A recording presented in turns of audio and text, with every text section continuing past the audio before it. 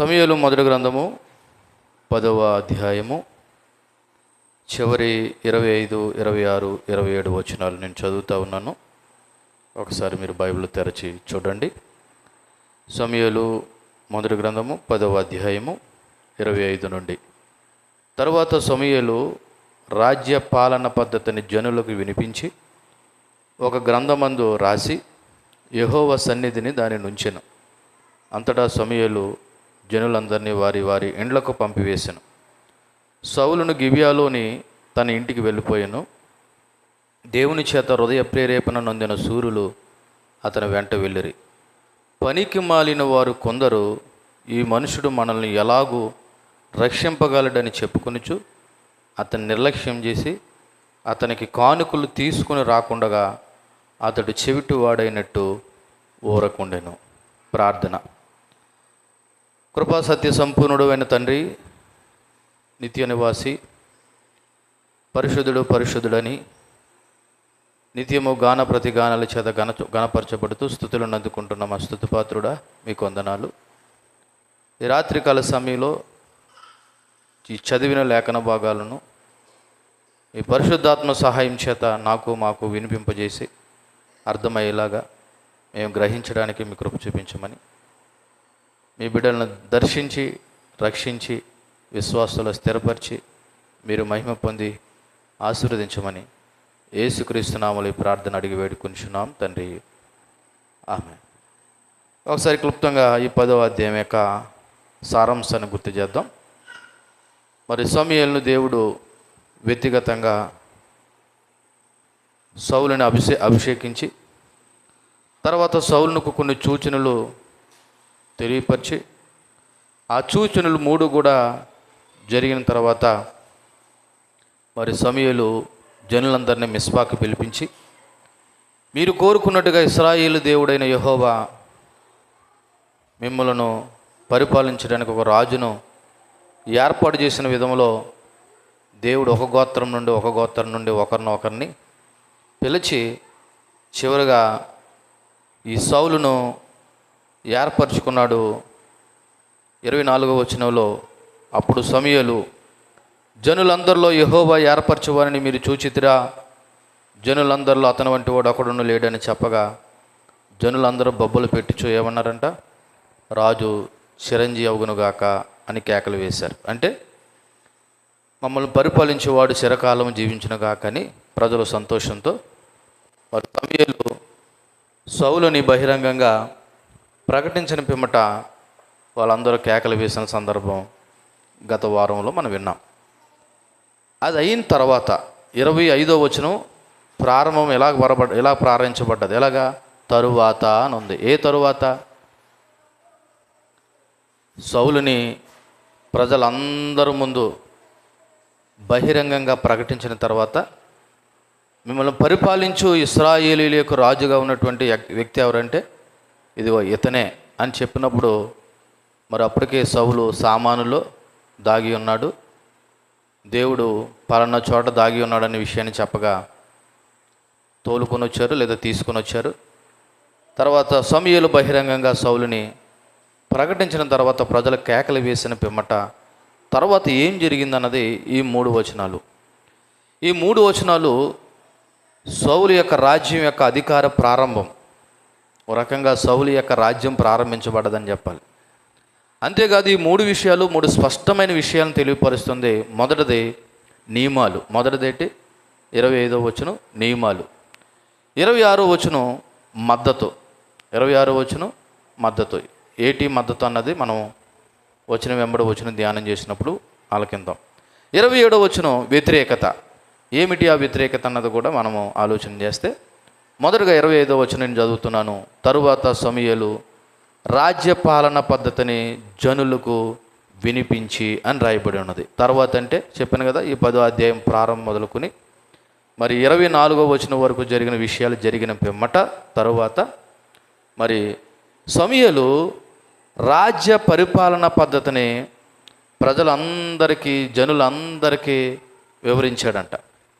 Already రాజ్య పరిపాలన పద్ధతి ఎలాగుంటుంది అన్నది ఒకసారి మీరు చూడండి.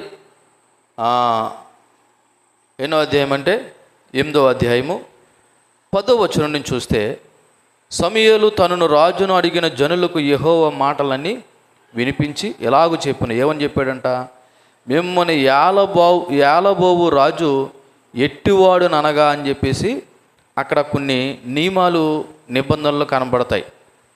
ఏటి నియమాలంటే, ఇదిగో అతడు మీ కుమారులను పట్టుకుంటాడు, తన రథములను తోలడానికి తన గుర్రాలను కాపాడడానికి వారిని ఉంచుకుంటాడు, కొందరు అతని రథముల ముందు పరిగెత్తుతారు. అంటే మీరు రాజు కావాలని కోరుకుంటే ఇలా ఉంటాయి నియమాలు అని ఆల్రెడీ ముందు సమూయేలు ఇశ్రాయేలు ప్రజలకు అందరికీ వినిపించాడు. అదే విషయాన్ని ఇక్కడ మరలా ఒకసారి సమూయేలు రాజ్య పాలన పద్ధతిని అంతా కూడా ప్రజలకు ఏం చేశాడంటే వినిపించాడు అనే విషయం ఇక్కడ రాయబడి ఉన్నది. అంటే రాజు ఏం చేయాలి, ఏం చేయకూడదు, అలాగే రాజు హక్కులేటి, ప్రజల యొక్క బాధ్యతలేటి, ఈ విషయాలన్నీ కూడా సమూయేలు ఏం చేశాడంటే అక్కడున్న ఇశ్రాయేలు పెద్దలకి అలాగే రాజు అయినటువంటి సౌలుకు కూడా ఏం చేశాడంటే వినిపించే విధంగా ఒకసారి గుర్తు చేశాడు. అక్కడ రాయబడిన మాట, ఈ గ్రంథమందు రాసి యెహోవా సన్నిధిని దానిని ఉంచెను అని రాయబడి ఉన్నది.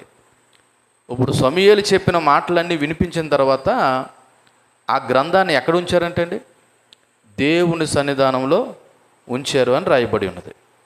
అంటే ఇక్కడ రాజుగారు కూడా దేవుని చట్టానికి లోబడి జీవించాలి. ఎవరండి? రాజుగారు కూడా ఎవరికి లోబడి జీవించాలి? దేవుని యొక్క చట్టం ఏం చెప్తుందో దానికి లోబడి జీవించాలి. నేను రాజుగారిని కదా అంటే ప్రజలకు రాజుగారు ఏమో కానీ నువ్వు దేవునికి రాజుగారివి కాదు. కాబట్టి సౌలును రాజుగా నియమించింది ఎవరు? దేవుడే. సౌలే కాదు, సౌలు తర్వాత వచ్చే వాళ్ళందరూ కూడా దేవుడు నియమించిన లేదా వినిపించిన ఆయన రాజ్య పరిపాలన పద్ధతిలోనే పరిపాలన చేయాలి. కాబట్టి దానికి సూచనగా సమూయేలు గ్రంథాన్ని రాసి ఏదో వినిపించే ఊరుకోలేదు. ఆ రోజున ఏమి నియమ నిబంధనలు, బాధ్యతలు, హక్కులు ఇవన్నీ చెప్పాడో అవన్నీ అందులో పొదుపుగా రాయించి ఆ గ్రంథాన్ని ఎక్కడ పెట్టాడంట? దేవుని సన్నిధానంలో ఉంచాడు. అంటే ఓ రకంగా దేవుడే సాక్షి. అంతేకాదు రేపటి దినాన్న మీకు ఏ ఒక్కరికి కూడా అనుమానం రాకూడదు. ఆ రోజున సమూయేలు మనకు ఎలాగ చెప్పాడంటారా అన్న అనుమానం రాకూడదు. ఒకవేళ వస్తే నువ్వు ఎక్కడికి వచ్చి దేవుని సన్నిధికి వచ్చి ఏం చేయాలి? ఆ గ్రంథాన్ని ఒకసారి చూడాల. ఎందుకంటే రాజ్య పరిపాలన అనేది ఎలా చేయాలన్నది ఒక సూచనగా ఒక గ్రంథము వినిపించాడు ముందు. తర్వాత వాటిని తీసుకెళ్ళి భద్రంగా ఎక్కడ ఉంచాడు? దేవుని సన్నిధానంలో ఉంచాడు. కాబట్టి ఒకవేళ రాజుగారికి పరిపాలన చేసే విషయంలో డౌట్ వచ్చిందనుకో, ఇప్పుడు ఎక్కడ పోవాలైనా దేవుని సన్నిధికి పోవాలా? దేవుడి సన్నిధిలో ఉంచబడిన గ్రంథాన్ని తీసి ఒకసారి ఏం చేయాలా? తెరచి చూడాలి. నేటి ప్రభుత్వ విధానంలో కూడా ఇటువంటివే కనబడుతుంటాయి. అప్పుడప్పుడు ఏదైనా ఒక సమస్య వచ్చినప్పుడు దీని పరిష్కారం ఏంటని చెప్పేసి మరి న్యాయ అధికారులను పిలిపించి దీనికి సంబంధించిన చట్టాలు ఏం చెప్తున్నాయని కూడా వాళ్ళు కూడా ఏం చేస్తారంటే ఆలోచన చేస్తూ ఉంటారు. నిజానికి ఇక్కడ దేవుడు అద్భుతమైన విషయాన్ని వాళ్ళకి ఏం జ్ఞాపకం చేస్తున్నాడంటే ప్రతి ఒక్కరూ కూడా దేవుని చట్టానికి లోబడి జీవించాలి. రాజు దేవుని మీద అధికారం చూపించకూడదు, అధికారం కూడా కాదు. కాబట్టి ప్రతి ఒక్కరూ దేవుని సన్నిధికి లోబడి జీవించాలన్నది చెప్తా ఉన్నాడు. అంతేకాకుండా చూడండి, అంతటా సమూయేలు జనులందరినీ వారి వారి ఇండ్లకు పంపివేసును అని రాయబడి ఉన్నది. జనులందరినీ ఎక్కడ పంపాడంట? వాళ్ళు వారి ఇళ్ళకి ఏం చేశాడంట? పంపివేశాడు. ఇది ఒక మంచి నియమాన్ని లేదా సూత్రాన్ని నేర్పుతుంది. ఏంటి ఆ మంచి నియమం అంటే దేవుడు పని క్రమబద్ధతలో జరుగుతుంది. దేవుడు పని ఏం చేస్తుంది? క్రమ పద్ధతిలో జరుగుతుంది. అనవసరమైన గందరగోళానికి తావు లేకుండా సమావేశం ముగిసింది. చూడండి, మనం 10వ అధ్యాయము 17వ వచనంలో, తర్వాత సమూయేలు మిస్పాకు యెహోవా యొద్దకు జనులందరినీ ఏం చేశాడు? పిలవనంపించాడు. ఇప్పుడు 25వ వచనంలో మీటింగ్ అయిపోయిన తర్వాత మరలా వాళ్ళ ఇంటికి జనులను ఏం చేశాడంట? పంపివేశాడు. ఏ విధమైన గందరగోళం లేదు. అంటే ఇక్కడ మనం నేర్చుకోవాల్సిన విషయం తెలుసా? దేవుని పని గందరగోళంగా ఉండకూడదు, గందరగోళంగా కూడా ఉండదు. దేవుడు కానీ ఒక పని చేశాడంటే అది ఎలాగుంటుంది? సాఫ్ట్గా, పద్ధతిగా వెళ్ళిపోతుంది. దేవుడు పనిని గందరగోళంలో మనం నెట్టకూడదు, గందరగోళం కూడా కలిగించకూడదు. ఇక్కడ మనం నేర్చుకోవాల్సిన విషయం ఏంటో తెలుసా? నాయకత్వంలో క్రమశిక్షణ, శాంతి, వ్యవస్థ ఎంత ముఖ్యమో ఈ వచనంలో ఉన్నటువంటి ఈ మాట మనకు జ్ఞాపకం చేస్తుంది. సమూయేలు జనులందరినీ పిలిపించాడు, వాళ్ళకి చెప్పవలసిన విషయాలన్నీ చెప్పాడు. ఇదిగో మిమ్మల్ని ఏలబోయే రాజు ఇతడే అని బహిరంగంగా వాళ్ళ ముందర చూపించాడు. అంతేకాదు వెళ్ళబోయే ముందు ఇదిగో ఇక మీదట మీరు కోరుకునే విధంగా రాజు ఇదిగో సౌలు ఉన్నాడు కాబట్టి సౌలు మీరందరూ కూడా వినవలసిన మాట ఏంటో తెలుసా? ఇదిగో రాజ్య పరిపాలన పద్ధతి మీరు ఎలాగూ చేయాలి, మీ ఇష్టానుసారంగా చేయడానికి కుదరదు. అందుకే ఈ వచనంలో నుండి కొన్ని ముఖ్యమైన విషయాలు మనం జ్ఞాపకం చేసుకుంటే, మొదటగా ఈ వచనంలో మనం నేర్చుకోవాల్సిన విషయం, దేవుడు స్వేచ్ఛని ఇచ్చాడు కానీ అది అనియంత్రణ కాకూడదు. అంటే రాజైనా నాయకులైనా సంఘమైనా అందరూ కూడా దేవుని యొక్క వాక్య నియమాలకు లోబడి జీవించాలి. ఎవరు వాక్య నియమాలకి? దేవుని యొక్క వాక్య నియమానికి లోబడి జీవించాలి. అంటే మరి దేవుడు మనకి స్వేచ్ఛ ఇచ్చాడు కదా అంటే స్వేచ్ఛ ఇచ్చాడు, కానీ ఆ స్వేచ్ఛను దేవునికి వ్యతిరేకంగా వాడుకోకూడదు. అందుకే గలతీయులు రాసిన పత్రికలో ఈ విధంగా పౌలు భక్తుడు గలతీయ సంఘానికి గుర్తు చేశాడు. ఒకసారి మీరు చూడండి, ఎన్నో వచనం? 5వ అధ్యాయము 13వ వచనం. గలతీయులు రాసిన పత్రిక 5వ అధ్యాయం 13వ వచనంలో, సహోదరులరా మీరు స్వతంత్రులుగా ఉండడానికి పిలువబడ్డారు. అయితే ఒక మాట, ఆ స్వాతంత్ర్యమును శారీరక క్రియలకు ఏతువు చేసుకొనక ప్రేమ కలిగిన వారే ఒకడు ఏమై ఉండండి, దాసులై ఉండండి అని చెప్తూ ఉన్నాడు. స్వాతంత్రం అంటే ఏంటండి? స్వేచ్ఛ. స్వాతంత్రం అంటే ఏంటి? స్వేచ్ఛ అంటే ఒకప్పుడు మన భారతదేశం విషయానికి వస్తే, మన భారతదేశము బ్రిటిష్ వారి చేతిలో చిక్కుబడి మనం అందరం బానిసలుగా బ్రతికేవారు. మనం అందరం బ్రిటిష్ వాళ్ళ చేతిలో ఎలా బతికేవాళ్ళం? బానిసలుగా. స్వేచ్ఛ ఉండేది కాదు. ఎంతోమంది మహానుభావుల యొక్క కృషి ఫలితంగా ఈ దేశానికి స్వాతంత్రం వచ్చింది. ఇప్పుడు మన దేశంలో మనం ఎలా ఉండొచ్చు అంటే స్వేచ్ఛగా ఉండొచ్చు, ఒకరి కింద బానిసగా ఉండవలసిన పని లేదు. ఇప్పుడు ప్రభు అయినటువంటి యేసుక్రీస్తు కూడా ఈ యొక్క గలతీయుల రాసిన పత్రికలో మన అందరికీ ఏమి ఇచ్చాడంట? స్వేచ్ఛ ఇచ్చాడు, స్వాతంత్రం ఇచ్చాడు. ఏంటి ఆ స్వాతంత్రం? ఒకప్పుడు మనము దాస్యం అనే కాడి క్రింద చిక్కుబడి ఉన్నాం.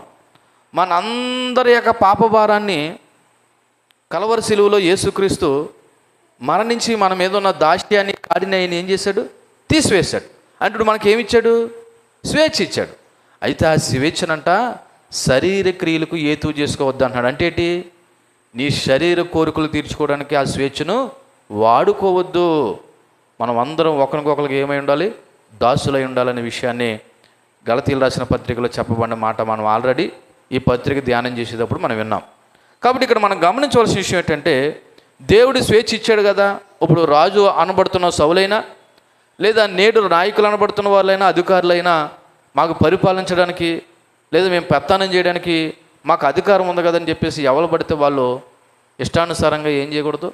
ఆ స్వేచ్ఛన స్వాతంత్ర్యాన్ని దుర్వినియోగం చేయకూడదు. దేవుడు నియమించిన నియమానంలోనే ఎవరైనా ఏం చేయాలా? పరిపాలన చేయాలి. ముఖ్యంగా దేవుని పిల్లలు, ఈ లోక సంబంధమైన అధికారులు నాయకులు వాళ్ళు కూడా ప్రమాణం చేసేటప్పుడు రాజ్యాంగం మీద లేదా వాళ్ళ మత గ్రంథాల మీద వాళ్ళు కూడా ప్రమాణం చేస్తారు. నిలబెట్టుకుంటారో నిలబెట్టుకోవట్లేదు అన్నది పక్కన పెడితే, దేవుని యొక్క పిల్లలు లేదా దేవుని చేత నియమింపబడిన రాజైనా అధికారైనా ఎవడైనా సరే దేవుని యొక్క నియమాలకు అనుగుణంగానే పరిపాలన చేయాలి. ఇది మొదటిది. అయితే సంఘం అనబడుతున్న మన సంగతి కూడా ఆలోచన చేస్తే, ఇప్పుడు మనము కూడా దేవుని యొక్క నియమ నిబంధనలకు అనుగుణంగానే ఏం చేయాలి? జీవించాలి. మీ అందరికీ తెలుసు, నియమ నిబంధనలు లేని పని ఏదైనా ఉందా? ఒకటి చెప్పండి. నియమ నిబంధనలు లేనటువంటి పని ఏదైనా ఉందా? మీరు ఇక్కడ ఉన్న వాళ్ళు కొంతమంది ఫ్యాక్టరీలకు వెళ్తున్నారు, కొంతమంది ఆఫీసులకు వెళ్తున్నారు, కొంతమంది కూలి పనికి వెళ్తున్నారు, కొంతమంది ఉద్యోగాలు చేసుకుంటున్నారు, కొంతమంది వ్యాపారాలు చేసుకుంటున్నారు. మీరు గమనించండి, మా ఆఫీసుకి కానీ మా ఫ్యాక్టరీకి కానీ లేదా మా కంపెనీకి కానీ మా ఉద్యోగానికి కానీ ఎప్పుడైనా వెళ్ళొచ్చండి, ఎప్పుడైనా రావచ్చండి అన్న వాళ్ళు చెప్పండి. లేదా అవకాశం లేదా? ఉండదు. ఎందుకంటే ప్రతి వ్యవస్థకి నియమ నిబంధనలు అనేవి ఉంటాయి. అలా నియమ నిబంధనలు లేవనుకోండి, అప్పుడు ఏం చేస్తారు ప్రజలు? వాడికి నచ్చినప్పుడు వెళ్తాడు, నచ్చినప్పుడు వచ్చేస్తాడు. అప్పుడు ఆ కంపెనీ కానీ ఆ వ్యవస్థ కానీ ముందుకు వెళ్తుందా? అందుకే ప్రతిదానికి ఏముంటాయి? నియమ నిబంధనలు ఉంటాయి. నిన్నటి దినాన్ని మా పాపను తీసుకురానికి వెళ్ళినప్పుడు వాళ్ళ రూల్స్, వాళ్ళు చెప్పిన విధానం బయటికి తీసుకురావడానికి ఎన్నో ఇబ్బందులు పడవలసిన పరిస్థితి వచ్చింది. కారణం ఏంటి? వాళ్ళకున్న రూల్స్ వాళ్ళకి ఉంటాయి. మనం నచ్చినప్పుడు వెళ్ళి తెచ్చేద్దాం, తీసుకొచ్చేద్దాం అంటే కుదరదు. ఎందుకంటే ఏ వ్యవస్థకైనా, అది స్కూల్ అయినా, కాలేజీ అయినా, కంపెనీ అయినా, ఆఫీస్ అయినా, ఆఖరికి కూలి పైన జరే ఏముంటాయండి? నియమ నిబంధనలు ఉంటాయి. ఒకవేళ నియమ నిబంధనలు లేవనుకో ఎలాగుంటుందో తెలుసా? మనము న్యాయాధిపతుల గ్రంథంలో చూద్దాం. న్యాయాధిపతుల గ్రంథము చిట్ట చివరి అధ్యాయం, అనగా 21వ అధ్యాయము 25వ వచనం చూద్దాం. 21వ అధ్యాయము 25వ వచనం. ఆ దినములలో ఇశ్రాయేలీయులకు రాజు లేడు, ప్రతివాడును తన తన ఇష్టానుసారంగా ప్రవర్తించుచు వచ్చెను. ఎందుకండి వాళ్ళ ఇష్టానుసారంగా ప్రవర్తించడానికి కారణం ఏంటి? వాళ్ళకి ఎవరు లేడంట? రాజు లేడు. ఇక్కడ రాజు లేడు అనే మాటకు అర్థం ఏంటంటే వాళ్ళకి నియమ నిబంధనలు లేవు, చెప్పేవాడు లేడు. ఒకవేళ ఎవడైనా బాధ్యత కలిగి చెప్తే వాడు ఏమన్నాడు తెలుసా? నువ్వు మా మీద ఏమైనా అధికారువా అంటే, ఇప్పుడు వాళ్ళకి ఎవరు లేడు? రాజు లేడు, చెప్పేవాడు లేడు, ఒక న్యాయం లేదు, ఒక క్రమం లేదు. కాబట్టి ఎవడు ఇష్టానుసారంగా వాడు ఏం చేస్తాడంట? ప్రవర్తిస్తున్నాడు. అలాగనే ఈ రోజున ఏ వ్యవస్థలోనైనా, ఈవెన్ సంఘములోనైనా నియమ నిబంధనలు లేవనుకో ఎలాగుంటుంది? ఇష్టం వచ్చినప్పుడు వస్తారు, ఇష్టం వచ్చినప్పుడు వెళ్తారు. అందుకే చూడండి, మీరు కూడా సంఘానికి టయానికి రారు, టయానికి వెళ్ళరు. ఒకవేళ టయానికి వెళ్ళరు అంటే ప్రార్థన అయిపోయింది కాబట్టి వెళ్ళాలేమో, కానీ టయానికి వస్తారా? నిజానికి సంఘానికి ఏముంది? నియమం ఉంది, నిబంధనలు ఉన్నాయి.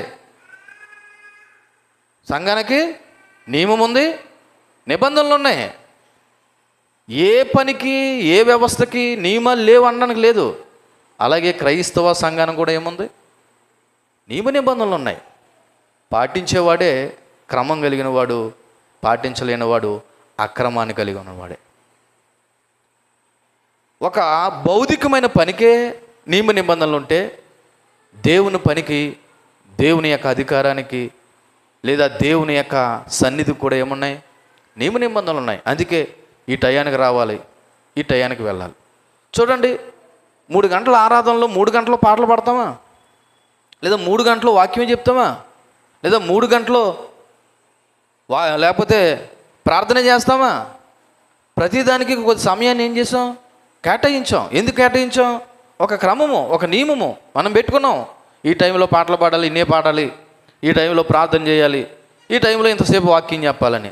అంటే ప్రతి వ్యవస్థలోనూ, ప్రతి సిస్టంలోనూ ఏమున్నాయన్నమాట? నియమ నిబంధనలు ఉన్నాయి. ఈ మాట నేను ఎందుకు అంత పదే చెప్తున్నానంటే, ఇప్పుడు సమూయేలు ఇశ్రాయేలు ప్రజలకు ఆ గ్రంథాన్ని అంతా వినిపించి, రాజ్య పరిపాలన ఎలా చేయాలో నేర్పించి లేదా వినిపించి, ఆ గ్రంథం తీసుకెళ్ళి ఎక్కడ పెట్టాడంట? దేవుని సన్నిధానంలో ఉంచాడంట. ఎందుకు ఆ గ్రంథాన్ని వినిపించాలి లేదా దేవుని సన్నిధానంలో ఉంచాలంటే, బాబు, రాజు అయిన నువ్వైనా, ప్రజలైన మీరైనా మీ ఇష్టానుసారంగా పరిపాలన చేయడానికి కుదరదు. ఇదిగో దేవుడు ఒక నియమ నిబంధనలతో కూడిన గ్రంథాన్ని మీకు ఇచ్చాడు. దాని ప్రకారంగా మీరు ఏం చేయాలి? పరిపాలన చేయాలి, లేదా ప్రజలైన మీరైనా సరే నడుచుకోవాలనే విషయాన్ని సమూయేలు వాళ్ళందరికీ గుర్తు చేశాడు. కాబట్టి ఇక్కడ మనం నేర్చుకోవాల్సిన విషయం ఏంటంటే, ప్రతి కుటుంబమైన, సంఘమైన, వ్యవస్థ అయినా ప్రతి దానికి నియమాలు ఉన్నాయి. ఆ నియమాలను గౌరవిస్తేనే మీరు దేవుని గౌరవించినట్టు. ఆ నియమాలను గౌరవించకపోతే మీరు దేవుణ్ణి గౌరవించినట్లే. కాబట్టి క్రైస్తవ నియమాలు ఏదో సరదాగా ఊరకనే పెట్టినవి కావు. ప్రతిదీ కూడా దేవుడు పెట్టిన నియమాలైతే, ముఖ్యంగా వాక్య నియమాలు అందరూ గౌరవించాలి. అంతేకాదు ఈ వచనంలో మరొక ముఖ్యమైన విషయం ఏంటో తెలుసా? ప్రజలు రాజుని లేదా నాయకులను కూడా గౌరవించాలి. ప్రజలు రాజుని లేదా నాయకులను కూడా ఏం చేయాలి? గౌరవించాలి. ఎందుకు గౌరవించాలి? ఎందుకంటే వాళ్ళు దేవుడి చేత ఏర్పరచబడినవారు. ఎవరి చేత ఏర్పరచబడినవారు? దేవుని చేత ఏర్పరచబడినవారు. దేవుని చేత ఏర్పరచబడినవారు కాబట్టి ఇప్పుడు ఆ అధికారులని, ఆ నాయకులను కూడా ప్రజలు ఏం చేయాలంటే గౌరవించాలి. కానీ ఇక్కడ ఒక చిన్నపాటి తేడా ఏంటో తెలుసా? నాయకులను, అధికారులను గౌరవించాలి కానీ దేవుని కంటే ఎక్కువ కాదు. దేవుడే మన జీవితంలో ప్రథమ స్థానం అయి ఉండాలి. దేవునికి మహిమ కలుగును గాక. వాక్యం చెప్తుంది, మీ పై అధికారులకు లోబడండి, మీ నాయకులకు లోబడండి అని చెప్తుంది. దేవుని వాక్యము నాయకులను, అధికారులను ద్వేషించమని చెప్పట్లేదు, లోబడమని చెప్తుంది. కారణం ఏంటంటే వాళ్ళు దేవుని చేత ఏర్పరచబడినవారు. ఇప్పుడు ఆ అధికారిని కానీ, ఆ నాయకుని కానీ నువ్వు గౌరవించలేదంటే ఎవరిని గౌరవించలేదని అర్థం? దేవుని గౌరవించలేదని అర్థం. కానీ ఒకటి గుర్తుపెట్టుకోండి, నాయకులను, అధికారులని మనం గౌరవించాలి కానీ ప్రథమ స్థానం మాత్రం ఎవరికి ఇవ్వాలి? కానీ దురదృష్టవశాత్తు ఈ రోజున చాలామంది క్రైస్తవులు కూడా దేవుని కంటే ఈ లోక సంబంధమైన నాయకులకి, అధికారులకి ఏం చేస్తారంటే ప్రయారిటీ ఇస్తూ ఉంటారు. గౌరవించొద్దంటలేదు, గౌరవించడం వేరు, దేవునికి ప్రథమ స్థానం ఇవ్వడం వేరు. ఈ మాట మీరు మర్చిపోవద్దు. అలాగే ఇక్కడ ఇశ్రాయేలు రాజు సర్వాధికారి కాదు, అనగా సౌలు సర్వాధికారి కాదు, యెహోవాయే సర్వాధికారి. ఎందుకని? ఇశ్రాయేలు ప్రజలకు రాజుని ఏర్పాటు చేసింది ఎవరు? దేవుడే. కాబట్టి ఇశ్రాయేలు ప్రజలకు అల్టిమేట్గా సౌలు కాదు సర్వాధికారి, దేవుడే. ఇక్కడ రాజు కూడా దేవునికి జవాబుదారుడే. సౌలు కూడా ఎవరికి జవాబుదారుడు అంటే ఇప్పుడు ప్రజలు దేవునికి జవాబు చెప్పాలి, పరిపాలిస్తున్నటువంటి రాజు అనబడుతున్న సౌలు కూడా ఏం చేయాలి దేవునికి అంటే అందరూ కూడా దేవునికి జవాబుదారులే, అందరూ కూడా దేవునికి జవాబుదారులే. కాబట్టి మనం నేర్చుకోవాల్సిన విషయం జ్ఞాపకం చేసుకుంటే, మరి యెహోవా సన్నిధానంలో ఆ గ్రంథము ఉంచడం ద్వారా రాజ్యపాలన దేవుని వాక్యంపై ఆధారపడి ఉండాలని అర్థం. రాజ్యపాలన దేని మీద ఆధారపడాలా? దేవుని యొక్క వాక్యం మీద ఆధారపడి ఉండాలి. ఇప్పుడు నా చేతిలో బైబిల్ ఉందని నా ఇష్టానుసారంగా చెప్పకూడదు. వాక్యము ఏమి చెప్తుందో, సందర్భం ఏంటో, దేని గురించి చెప్పిందో అదే చెప్పాలి. ఒకవేళ ఏమైనా డౌట్ ఉందనుకో, ఎక్కడికి రావాలి? మరలను వాక్యం దగ్గరికే రావాలి, నీకు నచ్చినట్టుగా చెప్పకూడదు. అలాగే పరిపాలన విషయంలో కూడా నీకు ఏదైనా డౌట్ వచ్చిందనుకో, మళ్ళీ నువ్వు ఎక్కడికి రావాలి? దేవుడి సన్నిధానంలో ఉంచబడిన గ్రంథం దగ్గరికి రావాలి. అందుకే యెహోవా సన్నిధానంలో ఆ గ్రంథం ఉంచడం ద్వారా రాజ్యపాలన అంతా కూడా దేవుని వాక్యం మీద ఆధారపడి ఉందని చెప్తుంది. రాజ్య పరిపాలన అంతా దేని మీద ఆధారపడింది? దేవుని వాక్యం మీద ఆధారపడి ఉంది. అంతేకాదు ఇక్కడ మరొక మాట, ఈ 25వ వచనంలోనే నేర్చుకోవాల్సిన మరొక మాట, అధికారం ఎల్లప్పుడూ కూడా బాధ్యతలతో కూడుకున్నది. ఏంటండి? బాధ్యతలు. దేవుడు ఏదైనా ఒక అధికారం ఇచ్చాడనుకో, అది అవతల వ్యక్తుల మీద పరిపాలన చేయడమే కాదు, బాధ్యత కూడా ఉంది. ఏమైంది? ఉదాహరణకి మనం ఒక ప్రెసిడెంట్ గారిని ఎన్నుకున్నాం ఊరికి. ఇప్పుడు ఆ ప్రెసిడెంట్ గారు మనకి ఏం చేయాలా? సేవ చేయాలా. సేవ చేయాలంటే అది ఆయనకు ఒక బాధ్యత. కాబట్టి ఎవరికైనా ఒక అధికారం అప్పచెప్పామంటే, ఒక నాయకత్వం అప్పచెప్పామంటే ఆ వ్యక్తి చాలా బాధ్యతగా పనిచేయాలండి. కానీ ఈ రోజున అధికారులు ప్రజల చేత సేవ చేయడం కాదు కదా, సేవ చేయించుకుంటారు. ఏం చేయించుకుంటారు? అందుకే ప్రభు అంటాడు, నేను సేవ చేయించుకోవడానికి రాలేదు, నేను సేవ చేయడానికే వచ్చానంట. నిజమైన నాయకుడు ఎప్పుడు కూడా సేవ చేస్తాడండి. నిజమైన నాయకుడు ఎప్పుడు కూడా ప్రజలకు ఏం చేస్తాడు? సేవ చేస్తాడు. కాబట్టి నిజమైన నాయకుడు ఎప్పుడు కూడా గ్రహిస్తే అతను బాధ్యతలు నిర్వర్తించాలి. కాబట్టి నా నాయకత్వం అప్పచెప్పారు, నన్ను నాయకుడిగా పెట్టారు కాబట్టి నా ఇష్టం వచ్చినట్టు నేను పరిపాలన చేస్తానంటే కుదరదు. నిజమైన నాయకుడు ఎప్పుడు కూడా బాధ్యతతో కూడి జీవించాలి. అలాగే దేవుని వాక్యమే పరిపాలనకు ప్రమాణం. ఈరోజు మనం ధ్యానం చేసే అంశం పేరు ఏంటంటే, దేవుని ప్రమాణాలే నాయకత్వానికి దిక్చూచి. దేవుని యొక్క ప్రమాణాలే నాయకత్వానికి దిక్చూచి. దిక్చూచి అంటే మార్గం. ఏంటి? ఒక నాయకత్వం సక్రమంగా ముందుకెళ్ళాలంటే ఆధారం, మార్గం ఏంటో తెలుసా? దేవుని యొక్క ప్రమాణాలు. కాబట్టి ఎవడైనా పరిపాలన సక్రమంగా జరిగించాలంటే దానికి ప్రమాణం ఏంటో తెలుసా? దేవుని యొక్క వాక్యము. దేవుని యొక్క వాక్యము. కాబట్టి మనము ఇక్కడ మరొక మాట నేర్చుకోవాల్సిన విషయం తెలుసా? దేవుని సన్నిధానంలో చేసిన ఒప్పందాలను గౌరవించాలండి. దేవుని సన్నిధానంలో చేసిన ఒప్పందాలను ఏం చేయాలా? మీరు గమనిస్తే ఒకసారి మీరు 10వ అధ్యాయం 17వ వచనం చూడండి. తర్వాత సమూయేలు మిస్పాకు యెహోవా యొద్దకు జనులను పిలువనంపించి, మిస్పాకు ఎందుకు పిలిపించాడు?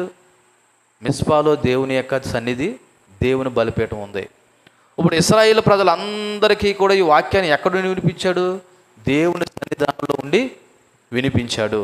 కాబట్టి వీళ్ళందరూ కూడా ఎక్కడ ప్రమాణం చేశారు? వీళ్ళందరూ దేవుడి సన్నిధానంలో ప్రమాణం చేశారు. ఇప్పుడు దేవుని సన్నిధానంలో చేసిన ఒప్పందాలను ప్రతి ఒక్కరు ఏం చేయాలా? గౌరవించాలి, అమలు చేయాలి. ఇది మనకి జ్ఞాపకం చేస్తున్న విషయం. అలాగే లాస్ట్ అండ్ ఫైనల్గా ఈ వచనంలో క్రమశిక్షణ దేవునికి ఇష్టం అండి. ఏమి ఇష్టం అండి? మరలా చెప్తున్నాను, ఇక్కడున్న మీ అందరూ నాతో సహా, దేవునికి క్రమశిక్షణ అంటే చాలా ఇష్టం. మరి క్రమశిక్షణ ఎలా కలుగుతుంది? వాక్యమే.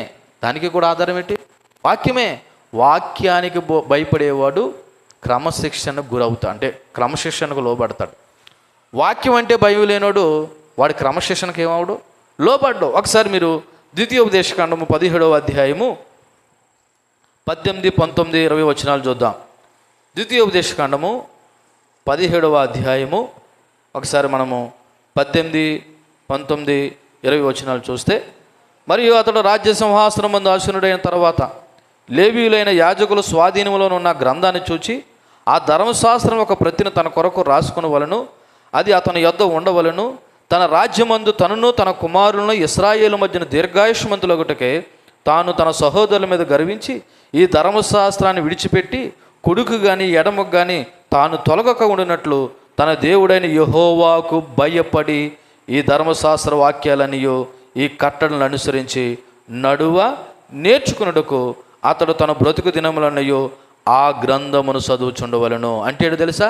పరిపాలన చేసేవాడు, నాయకుడైనా రాజైనా దేని మూలంగా పరిపాలన చేయాలి తెలుసా? ఆ గ్రంథమందు రాయబడిన విధంగా పరిపాలన చేయాలి. అంటే ఇప్పుడు ఆ గ్రంథమందు రాయబడిన విధంగా పరిపాలన చేశాడంటే వాడు క్రమశిక్షణ ఉందని అర్థం. ఆ గ్రంథమందు రాయబడిన విధంగా పరిపాలన చేయలేదంటే వాడికి ఇప్పుడు ఏం లేనట్టు?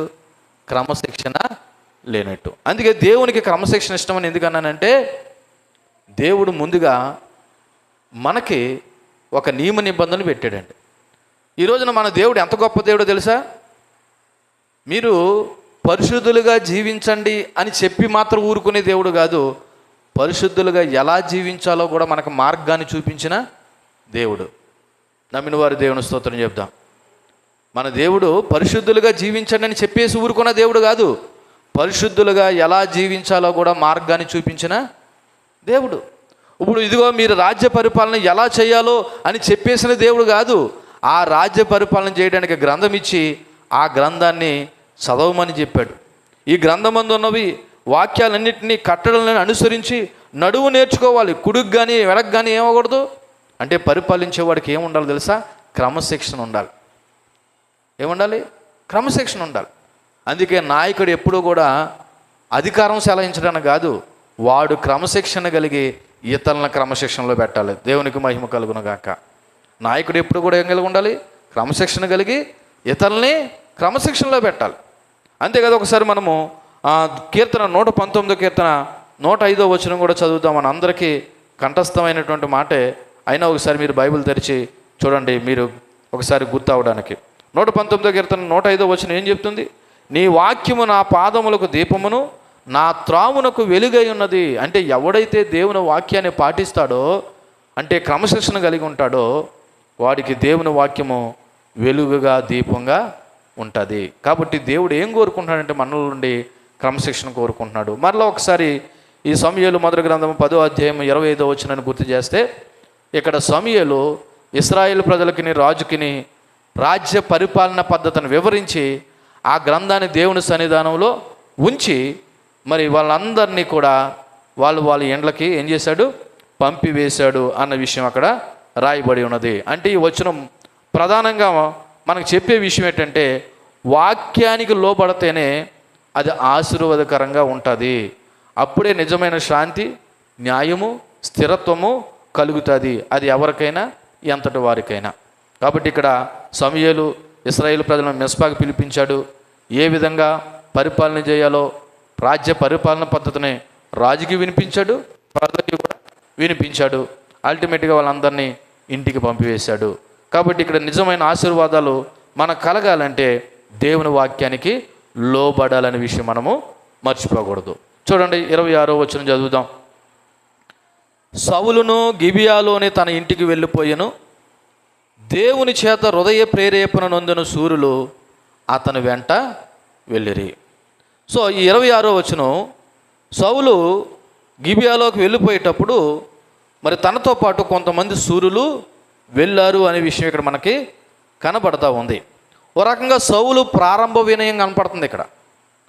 ఏంటి ప్రారంభ వినయం చెప్పనా? ఇప్పుడు ఒక అనామకుని తీసుకొచ్చి దేవుడు ఏం చేశాడంటే ఇశ్రాయేలు ప్రజలకు రాజుగా నియమించాడు. ఇప్పుడు రాజుగా నియమిస్తే ఎవరిలోనైనా ఏమొస్తుంది? గర్వం వస్తుంది. ఏమొస్తుంది? గర్వం వస్తుంది. కానీ ఇక్కడ సౌలు అంట నిశ్శాబ్దంగా ఎక్కడ పోయాడంట? గిబియాలో ఉన్న తన ఇంటికి వెళ్ళిపోయాడంట. ఎక్కడ గర్వించలేదు.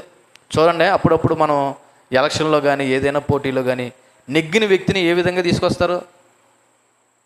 చాలా హంగామా చేస్తూ, భుజాల మీద ఎత్తుకుని, లేకపోతే కేకలు వేసుకుని.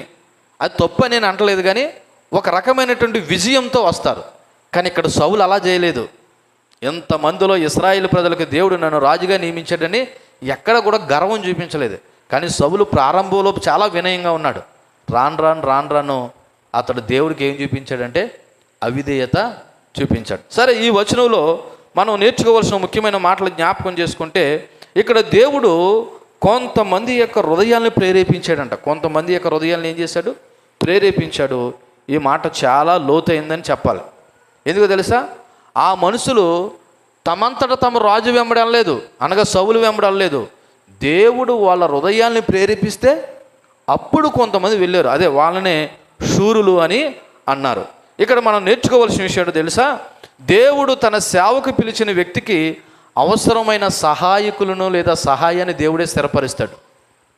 ఇప్పుడు ఇశ్రాయేల్ ప్రజలందరినీ పరిపాలించడానికి ఎవరిని ఏర్పాటు చేశాడు? దేవుడు సౌలుని. సౌలు ఏమైనా అడిగాడు నేను రాజుగా ఉంటానని?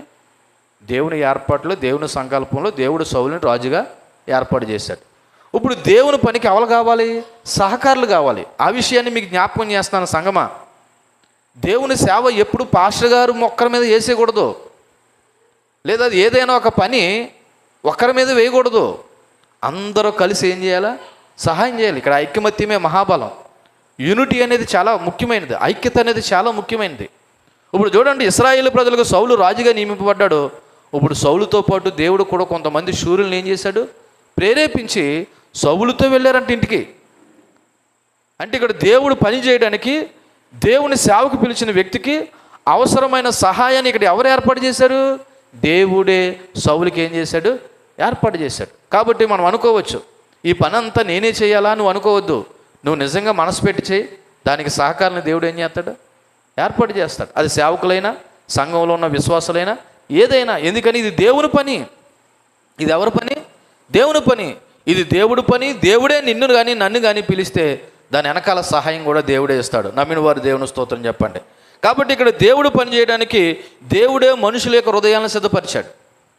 ఇక్కడ దేవుని పని చేయడానికి దేవుడే మనుషుల హృదయాల్ని సిద్ధపరిచారు. మీరు మరలా చదివితే 26వ వచనంలో, సౌలును గిబియాలో తన ఇంటికి వెళ్ళిపోయాను, దేవుని చేత హృదయ ప్రేరేపణ పొందినటువంటి కొంతమంది శూరులు అతని వెంట వెళ్ళిరి. అక్కడ ఏమైనా సౌలు నా వెంబడి రండి అని ఎవరినైనా అడిగాడా? తన వెంబడి తన మానాన్న తన ఇంటికి వెళ్ళిపోయాడు. అతని వెనకాలే కొంతమంది శూరులు కూడా వెళ్ళారు. ఇక్కడ శూరులు అంటే ఎవరో తెలుసా? ధైర్యవంతులు, యుద్ధ వీరులు, విశ్వసనీయులు, దేశాన్ని రక్షించడానికి సిద్ధంగా ఉన్నటువంటి చెప్పిన వాళ్ళు. ఎవరెవరండి ఇక్కడ శూరులు అనే మాటకు అర్థం? వాళ్ళు ధైర్యవంతులు, అంతేకాదు యుద్ధ వీరులు, విశ్వసనీయులు, మా దేశాన్ని రక్షించడానికి అవసరమైతే మా ప్రాణమైనా ఇస్తామని నమ్మినటువంటి కొంతమంది యుద్ధ శూరులు సౌలుతో పాటు వెనకాల వెళ్ళారంట. ఓ రకంగా చెప్పాలంటే ఇది దేవుని కృపకు ఉదాహరణ. దేనికి? దేవుని కృప. అసలు సౌలు రాజు అవడమే గొప్ప కృప అనుకుంటే, మరలా అతని వెనకాల సహకారులుగా వెళ్ళడం అనేది ఇది దేవుని యొక్క అద్భుతమైనటువంటి కృప. కాబట్టి ఇక్కడ మనం గమనించవలసిన విషయాలను కొన్ని మీకు జ్ఞాపకం చేస్తాను త్వరగా. మొదటగా, దేవుడే హృదయాలను మారుస్తాడు. దేవుడే హృదయాలను మారుస్తాడు. ఒకసారి మీరు సామెతల గ్రంథము 21వ అధ్యాయము 1వ వచనం చూస్తే మీకు అర్థమవుతుంది. సామెతల గ్రంథము 21వ అధ్యాయము 1వ వచనం చూడండి. యెహోవా చేతిలో రాజు హృదయము నీటి కాలువలే ఉన్నది, ఆయన తన చిత్తవృత్తి చొప్పున దాన్ని ఏం చేస్తాడు? త్రిప్పుతాడు. దేవుడు ఎవరిని ఎప్పుడు ఏ విధంగా తిప్పాలో, ఎవరిని ఎప్పుడు ఏ విధంగా సహాయం పంపించాలో అన్నది అంతా ఎవరి చేతిలో ఉన్నది? దేవుడి చేతిలో ఉన్నది. రాజుగారే దేశాన్ని పరిపాలకుడు అనుకుంటే ఇప్పుడు ఆ రాజుగారి హృదయం ఎవరి చేతిలో ఉందంట? దేవుని చేతిలో ఉన్నది. కాబట్టి దేవుడు హృదయాలను మార్చగలడు, మనుషులు మాత్రం హృదయాన్ని. ఒకవేళ నిజంగా సౌలు నోరు తెరిచి ఇదిగో నేను రాజును కదా, నాతో పాటు రెండంటే ఎంతమంది వెళ్ళేవారు మనకు తెలియదు, కానీ ఇక్కడ మాత్రం దేవుడు అడగకుండానే దేవుని పనిని జరిగించడానికి కొంతమంది యుద్ధశూరుల్ని దేవుడు సౌలుతో పాటు పంపించాడు. అంతేకాదు దేవుని పని ఒంటరిగా చేయవలసిన పని లేదు. దేవుడు పనిని ఒంటరిగా చేయవలసిన పని లేదు. దేవుని కృప మనకు తోడుగా ఉంటుంది. ఎవరి కృప? దేవుని కృప మనకు తోడుగా ఉంటుంది. నమ్మాలి మనం, అంతే, మనం నమ్మాలి. అంతేకాదు 3, దేవుని పిలుపుకు దేవుని ఏర్పాట్లు కూడా ఉంటాయండి. దేవుని పిలుపుకు దేవుని యొక్క ఏర్పాట్లు కూడా ఉంటాయి. ఈ వచనము దేవుని యొక్క సేవకు లేదా నాయకత్వానికి పిలిచినప్పుడు అతన్ని ఒంటరిగా విడిచిపెట్టడు. అవసరమైన సహచరులను, ప్రోత్సాహాన్ని, మద్దతును దేవుడే సమకూరుస్తాడు. మరలా చెప్తున్నాను, దేవుని యొక్క సేవకు కానీ లేదా ఆయన నాయకత్వాన్ని కానీ ఎవరినైనా పిలిచినప్పుడు దేవుడు ఒంటరిగా విడిచిపెట్టడు. కావలసిన సహాయాన్ని, సహచరులను, ప్రోత్సాహాన్ని, మద్దతును అన్నీ ఎవరిస్తాడు? దేవుడే సమకూరుస్తాడు. కాకపోతే దేవుడి పిలుపును మనం ఏం చేయాలి తెలుసా? నమ్మకంతో స్వీకరించాలి, ఆయన్ని విశ్వసించాలి. దేవుడి పిలుపును నమ్మకంతో స్వీకరించాలి, ఆయన్ని మనం ఏం చేయాలి? విశ్వసించాలి. ఇక్కడ సౌలు రాజుగా ప్రకటింపబడిన తర్వాత ఆయన వినయంతో ఇంటికి వెళ్ళిపోయాడు. అతనితో పాటు కొంతమంది సూర్యుల్ని దేవుడు వాళ్ళ హృదయ ప్రేరేపణ మార్చి సౌలుతో పాటు వెళ్ళేలా చేశాడు. కాబట్టి మనం గమనించుకోవాల్సిన విషయం, ఈ వచనం ప్రధానంగా మనకి ఏం నేర్పుతుందంటే దేవుడు పనిని చేయడానికి మనం భయపడవలసిన పని లేదు. ఆయన కృప మనకు తోడుగా ఉంటుంది. ఆయన కృప మనకు ఎలా ఉంటుంది? తోడుగా ఉంటుంది. ఇక్కడ దేవుడు పని అంటే నేను ఒక మాట చెప్తున్నాను, సంఘంలో జరిగే దేవుడి పనే కాదు. దేవుడు నీకు కుటుంబాన్ని ఇచ్చాడు. ఆ కుటుంబంలో కూడా నీ కుటుంబ బాధ్యతలను ఏం చేయాలి తెలుసా? నమ్మకంగా నిర్వర్తించాలి. దానికి దేవుని కృప తోడుగా ఉంటుంది. లేదా నీకు నమ్మి దేవుడు ఒక ఉద్యోగాన్ని ఇచ్చాడు, ఆ ఉద్యోగ బాధ్యతను కూడా నువ్వు నమ్మకంగా ఏం చేయాలి? నిర్వర్తించాలి. లేకపోతే నీకు ఒక నాయకత్వ పరిపాలన బాధ్యతలు చెప్పాడు. ఎవరైనా ఏదైనా సరే అందరూ కూడా దేవుని నాయకత్వానికి లోబడి నమ్మకంగా పనిచేస్తే దేవుడే కావలసిన సహాయాన్ని, సహకారుల్ని ఏం చేస్తాడు? పంపుతాడు. కాకపోతే మనం అది నమ్మాలి, విశ్వసించాలి. చివరిగా 27వ వచనం చదివి మనం ముగించుకుందాం. చూడండి, 27వ వచనంలో పనికి మాలిన వారు కొందరు ఈ మనుషుడు మనల్ని ఎలాగూ రక్షింపగలడని చెప్పుకొనుచు అతని నిర్లక్ష్యం చేసి అతనికి కానుకలు తీసుకుని రాకుండగా అతడు చెవిటివాడైనట్టు ఊరకుండెను అని రాయబడి ఉన్నది. సౌలుకు తోడుగా కొంతమంది సూర్యులు వెళితే కొందరంట సౌలుని ఏం చేయలేదు తెలుసా? అంగీకరించలేదు. గమనించండి, 26వ వచనంలో సౌలు వెంబడి కొంతమంది సూర్యులు వెళ్ళారు. 27వ వచనంలో కొంతమంది పలుకుమానులంట సౌలును రాజుగా ఉండడానికి ఏం చేయలేదంట? అంగీకరించలేదు. ఓ రకంగా చెప్పాలంటే సౌలు నాయకత్వానికి మొట్టమొదటి ప్రతిఘటన ఎదురైంది. సౌలు నాయకత్వానికి మొట్టమొదటి ప్రతిఘటన ఎదురైంది. ఏటి ఆ ప్రతిఘటన అంటే అక్కడ రాయబడిన మాట, కొందరు పనికిమాలోలు. గమనించండి, ఇక్కడ పనికిమాలోలు అంటే ఎవరో తెలుసా? దుష్ట స్వభావం కలిగిన వారు, తిరుగుబాటు మనస్తత్వం కలిగిన వారు, దేవుని చిత్తాన్ని గౌరవించలేని వాళ్ళు. ఇక్కడ పనికిమాలోలు అంటే ఎవరు? దుష్ట స్వభావం కలిగిన వారు, తిరుగుబాటు మనస్తత్వం కలిగిన వారు, దేవుని చిత్తాన్ని గౌరవించలేని వారు. మీరు గమనించాలి, దేవుడు పని ప్రోత్సహించే వాళ్ళు ఉంటారు, ఆటంకపరిచే వాళ్ళు ఉంటారు. దేవుడు పనిని ముందుకు తీసుకెళ్లే వాళ్ళు ఉంటారు, వెనకకు లాగే వాళ్ళు ఉంటారు. దేవుడు పనిని అవసరమైతే చేసేవాళ్ళు ఉంటారు, అవసరమైతే ఆఫ్ చేసేవాళ్ళు కూడా ఉంటారు. చూడండి, ఓ రకంగా చెప్పాలంటే సౌలు ఏర్పాటు ఇదంతా దేవుని ప్రణాళిక కదా. మనం గమనిస్తే ఒకసారి మీరు వెనక్కి తిప్పండి. ఇశ్రాయేలు ప్రజలు మాకు రాజు కావాలని ఎక్కడ అడిగారు? ఇశ్రాయేలు ప్రజలు మాకు రాజు కావాలని ఎక్కడ అడిగారు? ఒకసారి మనము ఆ సమూయేలు మొదటి గ్రంథము 8వ అధ్యాయము ఎక్కడ ఎన్నో వచనం? 5వ వచనం. చిత్తగించుము, నువ్వు వృద్ధుడువు, నీ కుమారులు నీ ప్రవర్తన వంటి ప్రవర్తన గలవారు కారు గనుక సకల జనుల మర్యాద చొప్పున మాకు ఒక రాజును నియమింపము, అతడు మాకు ఏం చేస్తాడు? న్యాయం తీరుస్తానని 8వ అధ్యాయంలో చెప్తే 8వ అధ్యాయం అంతా, 9వ అధ్యాయం అంతా, ఈ 10వ అధ్యాయం అంతా ఇదంతా చదివితే మనకు అర్థమవుతుంది సౌలు ఏదో ఇన్స్టెంట్గా ఆ రోజు రాజు అయిపోలేదు. దీని వెనకాల ఒక ప్లాన్ ఉంది. సౌలు కుటుంబంలో గార్ధబములు అనగా గాడిదలు తప్పిపోవడం, ఆయన వెతకడానికి వెళ్ళడం, ముందుగానే సమూయేలుతో దేవుని చెప్పడం, వచ్చిన తర్వాత ఆయన అభిషేకించడం, తర్వాత ప్రజల ముందు తీసుకురావడం, ఇదంతా చదివితే మనకి ఏమర్థమవుతుంది? దీని వెనకాల దేవుని యొక్క ప్లాన్ ఉందని అర్థమవుతుంది. కానీ కొంతమంది ఇది గ్రహించకుండా సౌలుని ఏం చేశారంట? తిరస్కరించారంట. అక్కడ రాయబడిన మాట, ఆ మనుషుడు ఏం చేశారంట? మనలను ఎలాగూ రక్షించగలడని చెప్పుకొనిచు సౌలుని ఏం చేశారంటే నిర్లక్ష్యం చేశారంట. ఏం చేశారంట? నిర్లక్ష్యం చేశారు. గమనించండి, ఈ వచనంలో మనం నేర్చుకోవాల్సిన విషయం ఏంటో తెలుసా? దేవుని పిలిచిన వ్యక్తికి కూడా వ్యతిరేకులు ఉంటారు.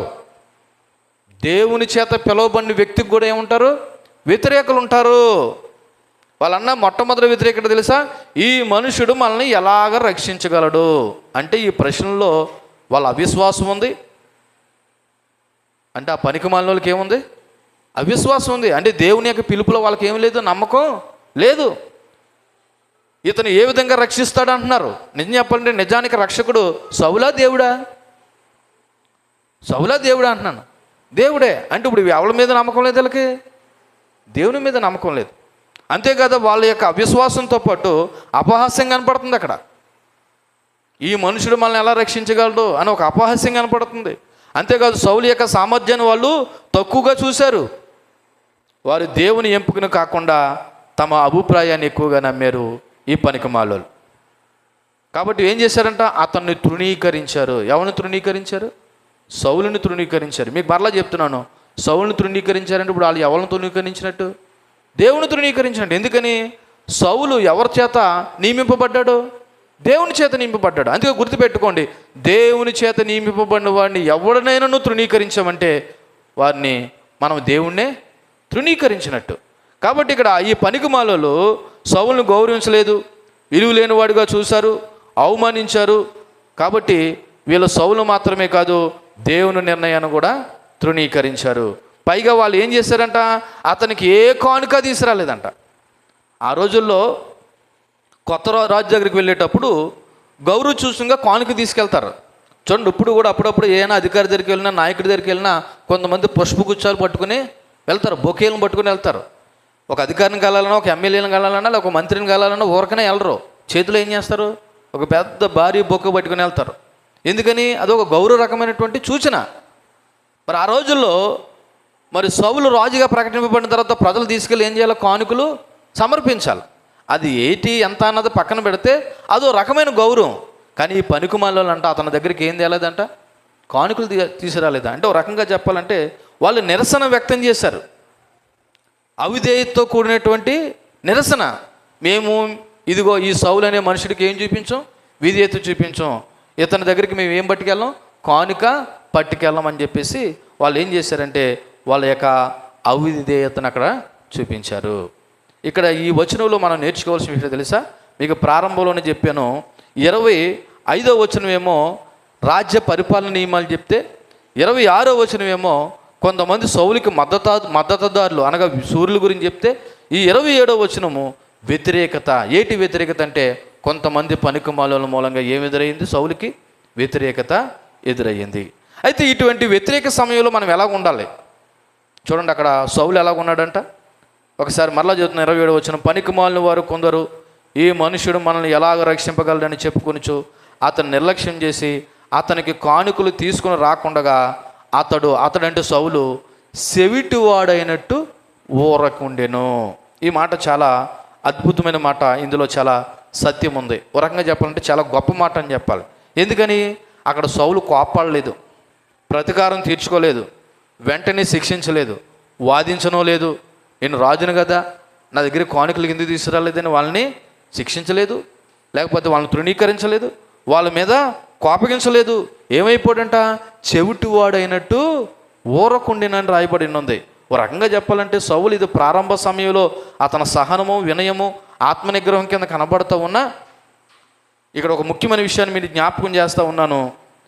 విమర్శకు వెంటనే ప్రతిస్పందించవలసిన అవసరం లేదు.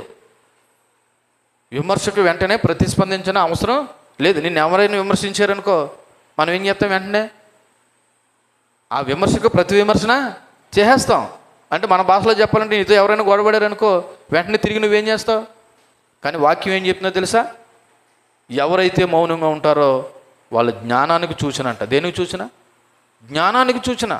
కాబట్టి ఈ వచనంలో నుండి కొన్ని విషయాలు మనం జ్ఞాపకం చేసుకుంటే, దేవుని పిలుపునకు ప్రతిఘటన అనేది సహజం. దేవుని చేత పిలువబడిన వారికి కూడా ఏమి ఎదురవుతుంది? ప్రతిఘటన అంటే వ్యతిరేకత ఎదురవుతుంది. రెండోది, మనుషుల అభిప్రాయం కంటే దేవుని ఎంపిక గొప్పదే. మనుషుల యొక్క అభిప్రాయం కంటే దేవుని ఎంపిక గొప్పది. ఇప్పుడు సౌలుని మనుషులు ఎన్నుకున్నారా, దేవుడు ఎన్నుకున్నారా? అయినా సరే ప్రజలు కొంతమంది ఏం చేశారు? సౌలుని వ్యతిరేకించారు. కాబట్టి ఇక్కడ మనుషుల యొక్క అభిప్రాయం కంటే దేవుని ఎంపిక గొప్పది. మనుషులు తృణీకరించిన దేవుడు ఎన్నుకున్న వారిని ఆయన స్థిరపరుస్తాడు. మనుషులు తృణీకరించిన అంటే వద్దన్నా దేవుడి చేత ఎన్నుకోబడిన వారు దేవుడు ఏం చేస్తాడు? ఆయన స్థిరపరుస్తాడు. మూడోది, విమర్శకు వెంటనే ప్రతిస్పందించవలసిన అవసరం లేదు. కొన్ని సందర్భాల్లో మౌనంగా ఉండడమే జ్ఞానానికి సూచన. కొన్ని సందర్భాల్లో మనం ఎలా ఉండాలి? చెవిటివాడైనట్టు ఉండాలి. మీకు ఒక సీక్రెట్ చెప్తాను చూడండి. మిమ్మల్ని ఎవరైనా తిట్టినా, విమర్శించినా, అపహాస్యం చేసినా, ఎంత వలగరగా మాట్లాడినా చెవిటివాడైనట్టు మీకు వినబడలేనట్టుగా వచ్చేయండి. అదో రకంగా జ్ఞానం, అదో రకంగా జ్ఞానం. ఊరకనే వచ్చి కొట్టేస్తుంటే కొట్టించుకోమని చెప్పట్లేదు నేను. ఊరకనే వచ్చి కొట్టేస్తుంటే కొట్టించుకోమని చెప్పట్లేదు. కానీ నేను అపహాస్యం చేసినా, విమర్శ చేసినా, లేకపోతే ఏమైనా సరే నువ్వు చెవిటి వాడినట్టు ఉన్నావు అనుకో, ఓ రకంగా అది నీకు జ్ఞానం. తర్వాత దేవుడే వాడి సంగతి చూసుకుంటాడు. అంతేకాదు, నిజమైన నాయకత్వం సహనంతో ప్రారంభమవుతుందండి. దేనితో ప్రారంభమవుతుంది? సహనం. నాయకుడికి ఉండవలసిన లక్షణము ఒకటి విధేయత, రెండోది సహనం కూడా ఉండాలి. ఏముండాలి? విధేయత దేవుని వాక్యాన్ని లోబడ్డానికి, సహనము పరిపాలించడానికి. పరిపాలించడానికి ఏముండాలి? సహనము. అది కుటుంబంలోనూ అవ్వచ్చు, వ్యాపారంలోనూ అవ్వచ్చు, ఉద్యోగంలో అవ్వచ్చు, సేవలో అవ్వచ్చు, ఎక్కడైనా సరే దేవుడు మన అందరికి ఒక బాధ్యత చెప్పాడు. కుటుంబంలో భర్తకు ఒక బాధ్యత, భార్యకు ఒక బాధ్యత, ఒకవేళ వ్యాపారంలో అయితే ఒకటి, ఆఫీసులో అయితే ఒక అధికారిగా, లేకపోతే ఒక నాయకుడిగా, ఇక సేవలో ఒక సేవకునిగా, ఇవన్నీ కూడా దేవుడు మనకు అప్పచెప్పిన బాధ్యతలు. దీనికి ఏముండాలి తెలుసా? విధేయతతో పాటు వినయం కూడా ఉండాలి. ఓ రకంగా చెప్పాలంటే నిజమైన నాయకత్వము సహనంతో ప్రారంభమవుతుంది. దేంతో ప్రారంభమవుతుంది? సహనంతో. ఒక్క మాటలో ఈ 10వ అధ్యాయం అంతా ఏం చెప్తుందో చెప్పి నేను ముగిస్తాను. ఒక్క మాటలో ఈ 10వ అధ్యాయం 1వ వచనం మొదలుకొని 27వ వచనం వరకు ఏం చెప్తుందో తెలుసా? దేవుని పిలుపు పొందిన వ్యక్తి ప్రజల యొక్క ప్రశంసంతో కాదు, దేవుని యొక్క అనుగ్రహము, విధేయత, వినయము, సహనంతో దేవుడు పిలిచిన పిలుపుని నిలబెట్టుకోవాలి. మళ్ళా చెప్తున్నాను, దేవుడి పిలుపు పొందిన వ్యక్తి ప్రజలు ప్రశంసించారా, ప్రశంసలించలేదా, వ్యతిరేకించారన్న దానితో పని లేదు. మరి దేనితో పని? దేవుని అనుగ్రహము, విధేయత, వినయము, సహనము, ఈ 3 కూడా మనం కలిగి ఉంటే దేవుడిచ్చిన పిలుపును మనం ఏం చేసుకుంటామంట? నిలబెట్టుకుంటాం. అది సేవలోనైనా, కుటుంబంలోనైనా, వ్యాపారంలోనైనా, విద్యలోనైనా, లేకపోతే ఉద్యోగంలోనైనా. ప్రతి ఒక్కరికి ఏముండాలి? దేవుని యొక్క అనుగ్రహము, దేవుడి పట్ల విధేయత, వినయము, సహనము, ఈ 3 కలిగి ఉన్నామనుకో, దేవుడు మనలను, మన కుటుంబాలను కూడా ఏం చేస్తాడు? ఆశీర్వదిస్తాడు. చూడండి, ఒక అనామకుడికి అనగా సౌలుకి ఒక రాజుగా ఉండడానికి దేవుడు అవకాశం ఇచ్చాడు. అంతేకాదు, ఆయన వెనకాల కొంతమంది సూర్యులను పంపించాడు. అంతేకాదు, అతను కొంతమంది వ్యతిరేకించిన మౌనంగా వినయంతో ఉన్నాడు. ఎవరైతే ఇటువంటి విశ్వాస జీవితంలో కొనసాగుతారో దేవుడు వాళ్ళని వర్ధిల్లింపజేస్తాడు. అటువంటి కృప దేవుడు మనందరికీ అనుగ్రహించునుగాక. ఆమేన్. కళ్ళు మూసుకోండి. చెప్పబడిన వాక్యాన్ని బట్టి మనం ఒకసారి ప్రార్థన చేద్దాం.